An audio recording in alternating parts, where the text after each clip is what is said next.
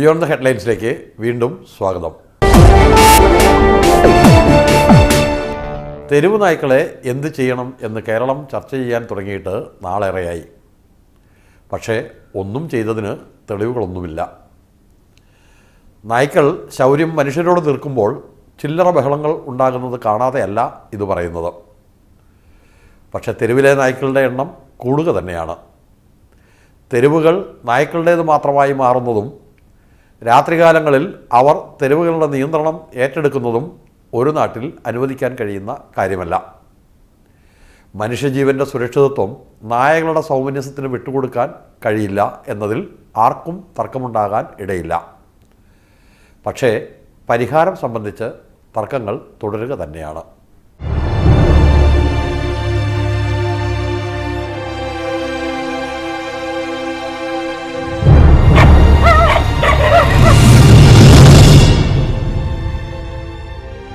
ഞാൻ പോയപ്പം കുറേ നായ്ക്കളായിട്ട് കഴിച്ചുകൊണ്ടിരിക്കുന്നു. എന്തിടെന്ന് അറിഞ്ഞുകൂടാ. എൻ്റെ ഒരു ഫാമിലി വന്നവിടെ ചവറ് കളയാനായിട്ട്, എന്നിട്ട് കഴിച്ചുകൊണ്ടിരുന്ന് അതിനെ ഇട്ടിട്ട് ആ ഫാമിലിനെ പിടിക്കാൻ പോയി. അപ്പോൾ അങ്ങനെ പിടിക്കാൻ പോയതൊക്കെ കൊണ്ട് ഞാൻ നോക്കിയപ്പോൾ എൻ്റെ അമ്മ ജീവനത്തോടെ പിടഞ്ഞ് കിടക്കുന്നു. ഞാൻ ചെന്നെടുത്തപ്പം ആ ഫാമിലിനെ വിട്ടിട്ട് എന്നെ കടിക്കാനായിട്ട് വന്നു. തലസ്ഥാനത്തെ തീരപ്രദേശമായ പുല്ലുവിളയിൽ ശിലുവമ്മ എന്ന വൃദ്ധയെ തെരുവു നായ്ക്കൾ കടിച്ചു കീറി കൊലപ്പെടുത്തിയ സംഭവമാണ് കേരള മനസാക്ഷിയെ ഞെട്ടിച്ചത്. പ്രാണനു വേണ്ടി നിലവിളിക്കുന്ന അമ്മയെ രക്ഷിക്കാനെത്തിയ മകനു നേരെയും ആക്രമണമുണ്ടായി. ഒടുവിൽ കടലിൽ ചാടിയാണ് ആ മകൻ രക്ഷപ്പെട്ടത്.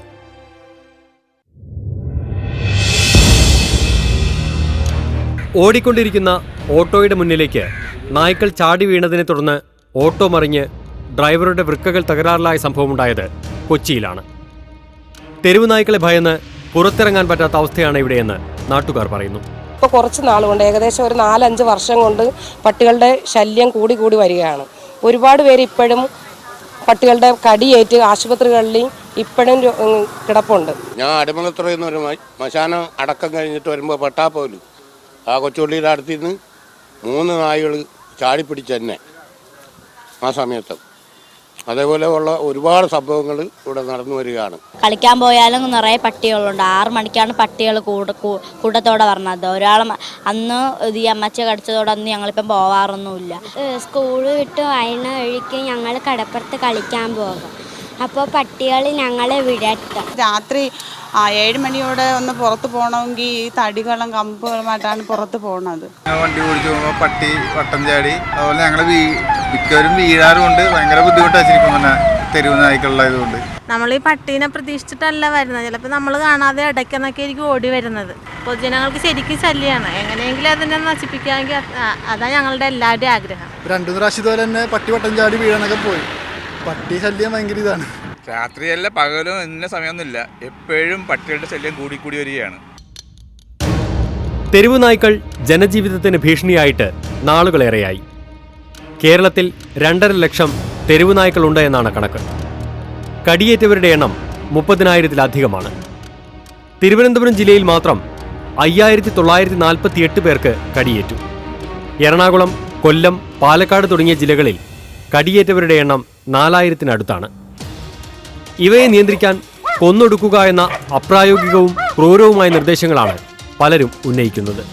നായ്ക്കളെ കൊല്ലുക എന്നത് കേന്ദ്ര നിയമത്തിനും സുപ്രീം കോടതി വിധിക്കുമെല്ലാം എതിരുമാണ്.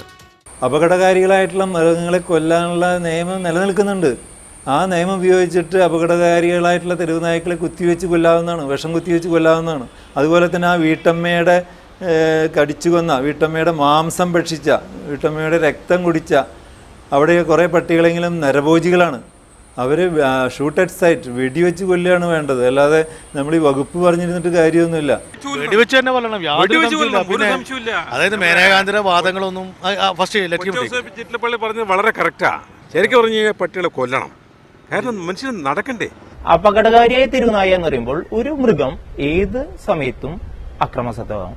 ഏത് മൃഗമായാലും ആ ഒരു നിമിഷത്തെ അക്രമാസക്തിനെ നമുക്ക് അക്രമാസക്തനായ മൃഗം എന്ന രീതിയിൽ ഡീൽ ചെയ്യാൻ പറ്റില്ല. നിയമത്തിന്റെ പരിധിയിൽ നിന്ന് തദ്ദേശ സ്വയംഭരണ സ്ഥാപനങ്ങൾ എന്തു ചെയ്തു എന്നതാണ് പ്രസക്തം. ഒരു തദ്ദേശ സ്വയംഭരണ സ്ഥാപനങ്ങൾ അതിന്റെ ഒരു മുഖ്യമായ ഒരു കടമയായി കണ്ടിട്ടില്ലെന്നാണ് എനിക്ക് തോന്നുന്നത്. കാരണം സർക്കാർ പ്ലാൻ ഫണ്ടിൽ ധാരാളം സംഖ്യ ഓരോ വർഷവും കൊടുക്കുന്നുണ്ട്. അത് ഇവര് റോഡ്, തോട് എന്നൊക്കെ പറഞ്ഞ് മറ്റു കാര്യങ്ങൾക്കാണ് കൂടുതൽ ചെലവഴിച്ചുകൊണ്ടിരിക്കുന്നത്. ഇതേപോലുള്ളൊരു ഫെസിലിറ്റി വരാൻ വേണ്ടി ഫണ്ട് ചെലവഴിക്കുന്നതിന് സർക്കാരിന്റെ തടസ്സങ്ങളൊന്നും ഇല്ല. തദ്ദേശ സ്വയംഭരണ സ്ഥാപനങ്ങൾക്ക് ഇച്ഛാശക്തി ഉണ്ടെങ്കിൽ ചെയ്യാവുന്ന കാര്യങ്ങൾ മാത്രമേ. തിരുവനന്തപുരം നഗരസഭ എന്ന നിലയിൽ തെരുവുനായയുമായി ബന്ധപ്പെട്ട് ഇപ്പോൾ ഉണ്ടായ ദാരുണമായ പ്രശ്നം ഉണ്ടായവുടൻ തന്നെ അടിയന്തരമായ യോഗം വിളിച്ചുകൂട്ടി സ്വീകരിക്കേണ്ട നടപടികളെ സംബന്ധിച്ച് ആലോചിച്ചു. ബന്ധപ്പെട്ട ഒരു അസിസ്റ്റന്റ് ഹെൽത്ത് ഓഫീസറെ തന്നെ ഈ കാര്യങ്ങൾക്ക് ചുമതല ഏൽപ്പിക്കുകയും ഒരു ഹെൽത്ത് സൂപ്പർവൈസറെയും അടക്കം ഈ കാര്യത്തിന് വേണ്ടി മാത്രം നിയോഗിക്കുകയും ചെയ്തു. അപ്പോൾ അങ്ങനെ ഇപ്പോൾ നഗരത്തിലൊരു 70-75 നായ്ക്കളെ ഇതുവരെ നമ്മൾ പിടികൂടി കഴിഞ്ഞു ഈ സംഭവത്തിന് ശേഷം. ഇപ്പം നായ്ക്കളെ വന്ധ്യീകരിക്കുക എന്നുള്ളത് മാത്രമൊന്നുമല്ല, നമ്മളൊരു ഹൈടെക് മൃഗാശുപത്രി തന്നെയാണ്. കാരണം ഇപ്പോൾ ഇവിടെ ഈ സിറ്റിയിൽ വരണം, ഇപ്പോൾ എവിടെ ഉള്ളതിനും കൊണ്ടുവരണമെങ്കിൽ. ഇപ്പോൾ വടക്കോട്ടൊക്കെ ദൂരമുള്ള, ഇപ്പോൾ നമ്മൾ പുളക്കടവിലാണ് അത് ഉദ്ദേശിച്ചിട്ടുള്ളത്. അപ്പോൾ ആ പ്രദേശം ഒരു വലിയ ഏരിയ അല്ലേ, അവിടെയുള്ള മൃഗങ്ങളെയൊക്കെ ട്രീറ്റ് ചെയ്യാൻ നമ്മൾ മൃഗ ഡോക്ടറും ബാക്കി ഇതൊക്കെ ഉണ്ടാവുമല്ലോ. അപ്പോൾ അതിന് നല്ല എല്ലാം ഉള്ള ഒരു നല്ല ഹോസ്പിറ്റൽ ഉണ്ടാക്കാനാണ് ഞങ്ങൾ ഉദ്ദേശിക്കുന്നത്.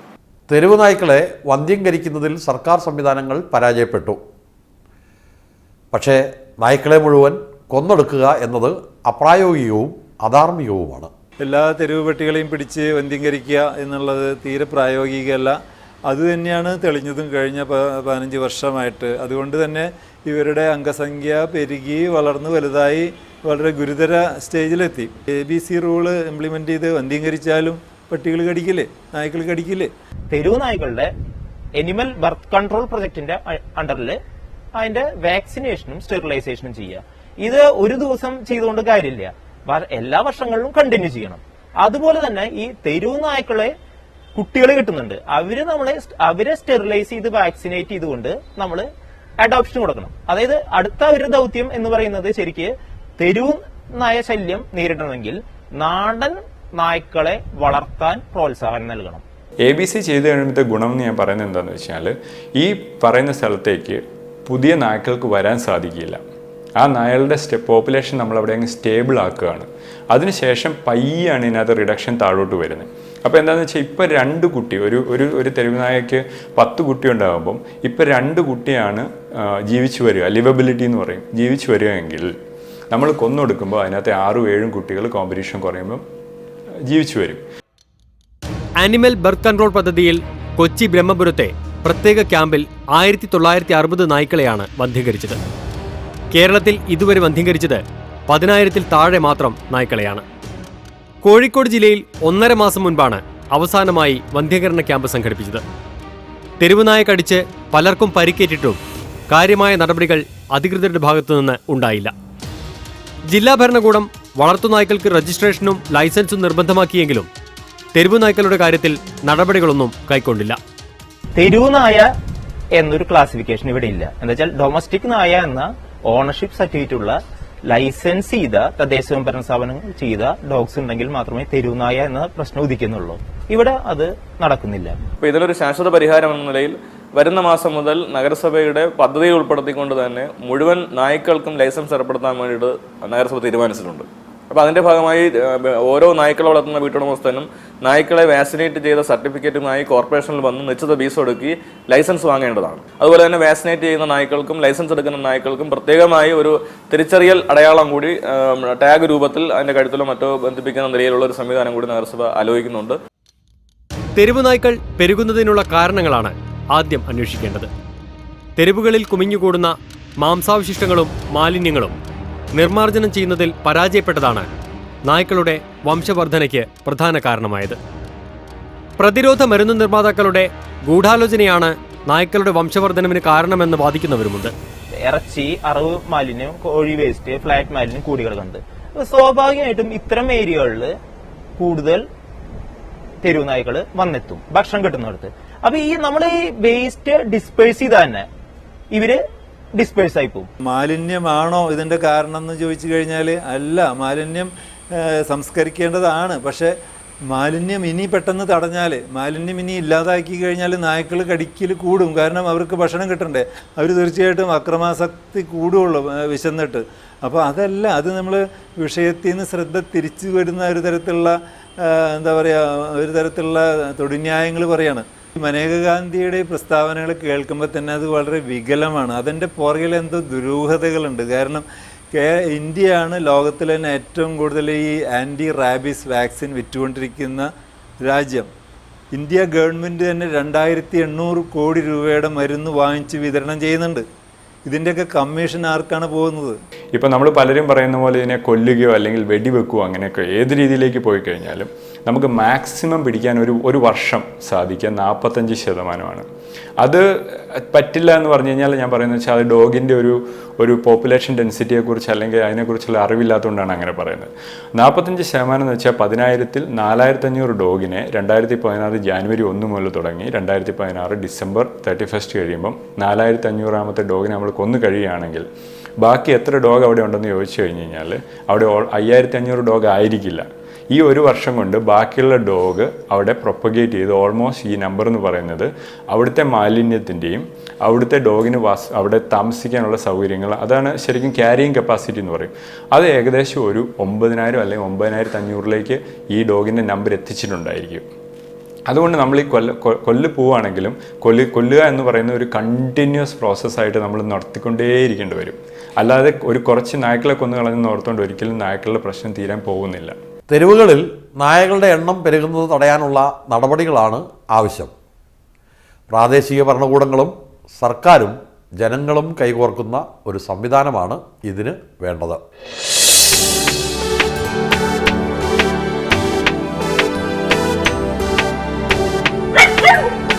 മൃഗങ്ങളോടുള്ള കരുണ നിലനിർത്തിക്കൊണ്ട് തന്നെ ഈ ഒരു പദ്ധതി നടപ്പിലാക്കുമ്പോൾ ജനങ്ങൾക്ക് സംരക്ഷണവും മൃഗങ്ങൾക്ക് സംരക്ഷണവും ലഭിക്കുന്ന ഒരു പദ്ധതിയാണ്.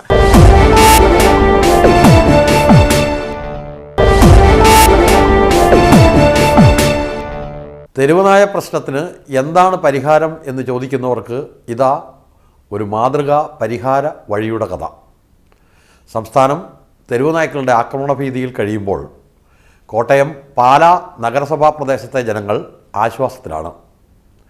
ആക്രമണകാരികളായ തെരുവുനായ്ക്കളെ സംരക്ഷിക്കാനും വന്ധ്യംകരിക്കാനുമായി പാലാ നഗരസഭ ഒരു ഡോഗ് പാർക്ക് തന്നെ ഒരുക്കിയിരിക്കുന്നു.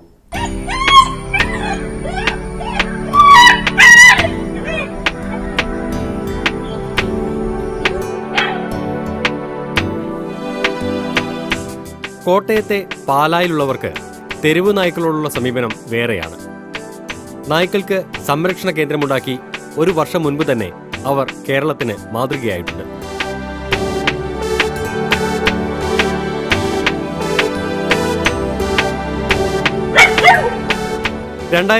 ലാണ് നഗരസഭ ഡോഗ് പാർക്ക് ഒരുക്കിയത്. മത്സ്യമാംസങ്ങൾ വിൽക്കുന്ന കടകൾക്കരികിലായി തെരുവു നായ്ക്കളുടെ ആക്രമണം കൂടിയപ്പോഴാണ് നഗരസഭ ഈ വഴിക്ക് ചിന്തിച്ചത്. മൃഗാശുപത്രിക്ക് സമീപത്താണ് തെരുവു നായ്ക്കൾക്ക് സംരക്ഷണ കേന്ദ്രം നിർമ്മിച്ചത്.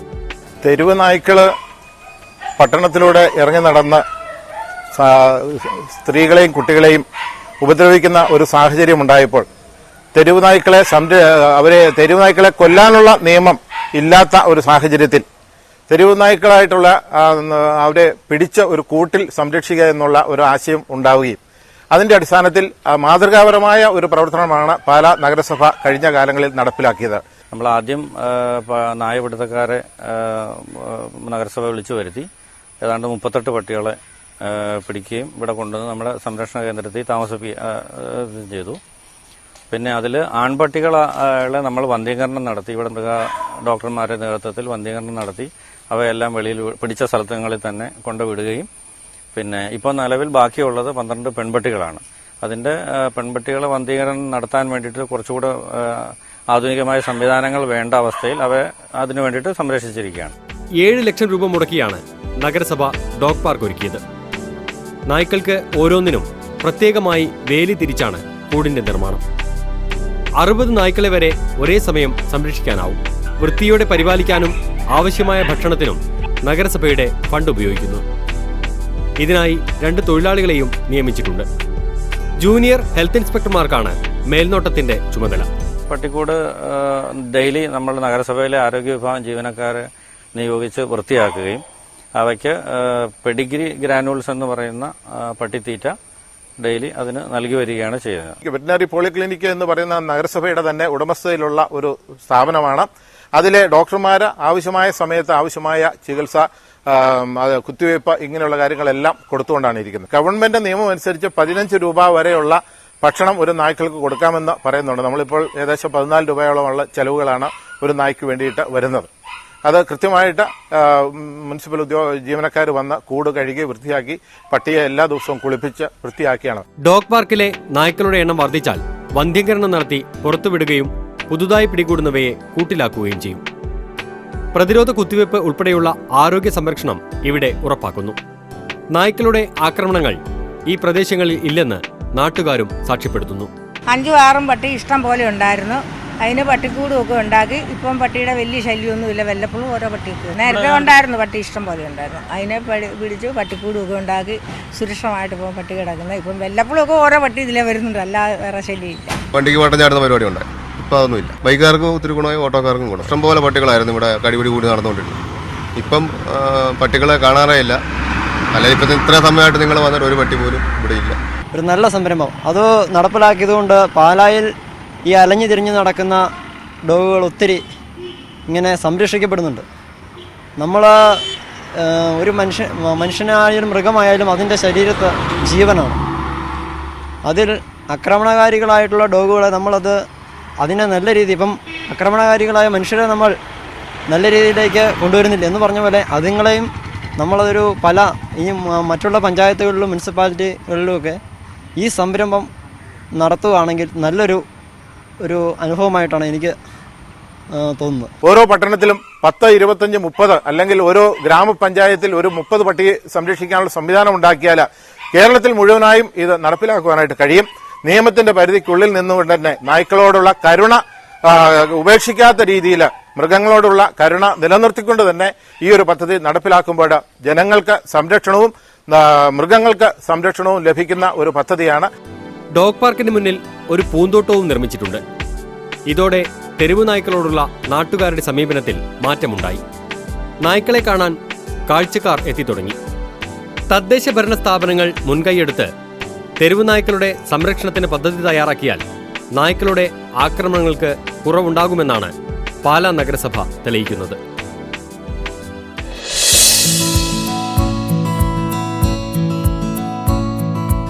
ഇത് ഒരു 50 കൊല്ലത്തിൻ്റെ മേലായി തുടങ്ങിയിട്ട്.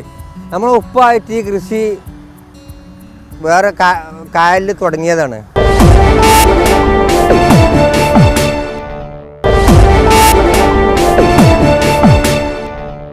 താമര എങ്ങനെയാണ് മതസൗഹാർദ്ദത്തിൻ്റെ പ്രതീകമാവുന്നതെന്ന് നമുക്കൊന്ന് നോക്കാം. മലപ്പുറത്തെ ഒരു താമരപ്പാടത്തിൻ്റെ കഥയാണ് ഇനി. മലപ്പുറം തിരുനാവായിലെ നാവാമുകുന്ദ ക്ഷേത്ര പരിസരത്താണ് ഈ താമരപ്പാടങ്ങൾ.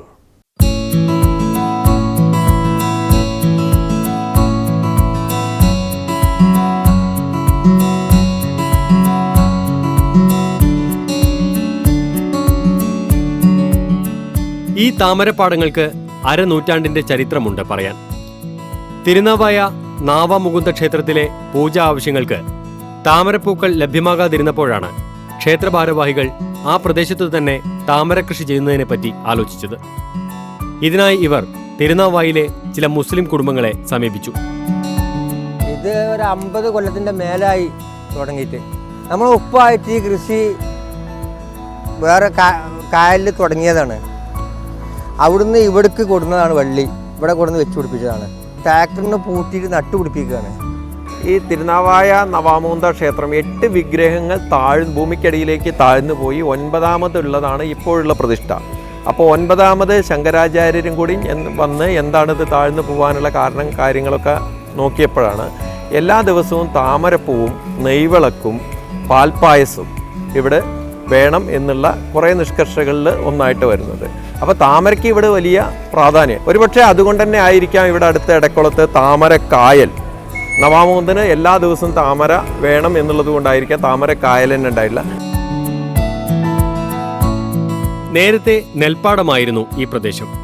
ഓട്ടുകമ്പനിക്കായി മണ്ണെടുത്തതോടെ വലിയ കുഴികൾ രൂപപ്പെട്ട് നെൽകൃഷിക്ക് യോഗ്യമല്ലാതായി. ഇവിടെയാണ് താമര കൃഷി തുടങ്ങിയത്.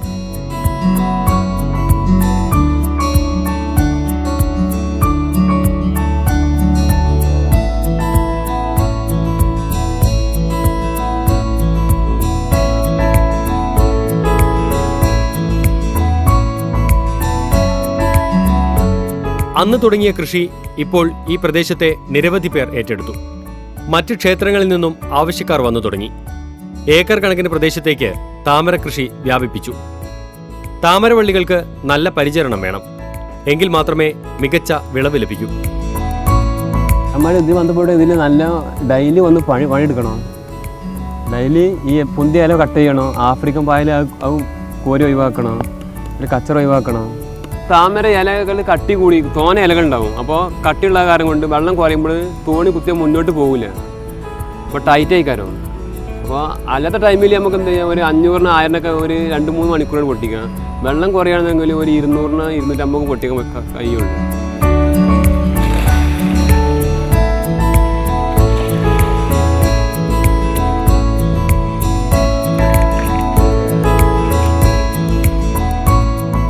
ചെറുവഞ്ചികളിലായാണ് പൂക്കൾ പറിക്കാൻ പോകുന്നത്.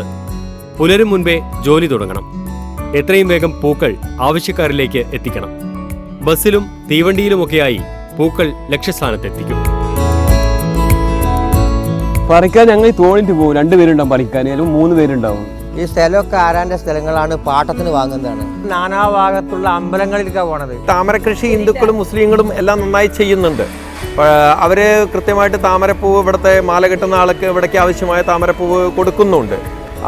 സ്വാഭാവികമായിട്ടും താമരക്കായലുമായിട്ട് ബന്ധപ്പെട്ടുകൊണ്ടുള്ള ഇത്തരം നവവന്തന ദിവസം താമര വേണമെന്നുള്ളത് കൊണ്ട് അങ്ങനെ ആയിരിക്കാം ഒരുപക്ഷെ താമരക്കായൽ രൂപപ്പെട്ടിട്ടുള്ളത്. ക്ഷേത്രാവശ്യങ്ങൾക്കല്ലാതെയും താമരപ്പൂവിന് ആവശ്യക്കാരുണ്ട്. കേരളത്തിന്റെയും തമിഴ്നാടിന്റെയും വിവിധ ഭാഗങ്ങളിലേക്ക് ഇവിടെ നിന്ന് പൂക്കൾ കൊണ്ടുപോകുന്നു. ആയുർവേദ മരുന്നുകളിലെ പ്രധാന ചേരുവയാണ് താമരപ്പൂ. സീസണിൽ താമരമുട്ടിനും പൂവിനുമെല്ലാം 20 രൂപയാണ് ലഭിക്കുക. എന്നാൽ മണ്ഡലകാലത്ത് താമരപ്പൂവിന് വില കൂടും. ഇത് സീസൺ ആകുമ്പോഴാണ് റേറ്റ് കൂടുക. സീസൺ ആകുമ്പോൾ ശബരിമല ഒക്കെ വരുന്ന ടൈമിൽ മല സീസൺ വരുമ്പോഴാണ് ഇതിന് റേറ്റ് ഉണ്ടാകുക. അന്ന് സാധനം വളരെ കുറവായിക്കാരം. അപ്പോൾ ഇത് ഇഷ്ടമായി വിരിഞ്ഞിട്ട് ഇപ്പോൾ സാധനത്തിന് റേറ്റും ഇല്ല, ചിലവില്ല. അതുകൊണ്ട് ഇതൊക്കെ വിരിഞ്ഞൊക്കെ കണ്ടില്ലേ. പിന്നെ കുറച്ച് പൂവാണെന്നുണ്ടെങ്കിൽ കോട്ടയൊക്കെ 6 വയസ്സായാലൊക്കെ ആ ഭാഗത്ത് കുറച്ച് പൂ വിരിഞ്ഞൊക്കെ അങ്ങോട്ട് പോകും. ഒരു പ്രദേശത്തെ ആളുകളുടെ ജീവിത മാർഗം എന്നതിലുപരി മതസൗഹാർദ്ദത്തിന്റെ കൂടി പ്രതീകമായി നിൽക്കുകയാണ് ഈ താമരപ്പാടങ്ങൾ.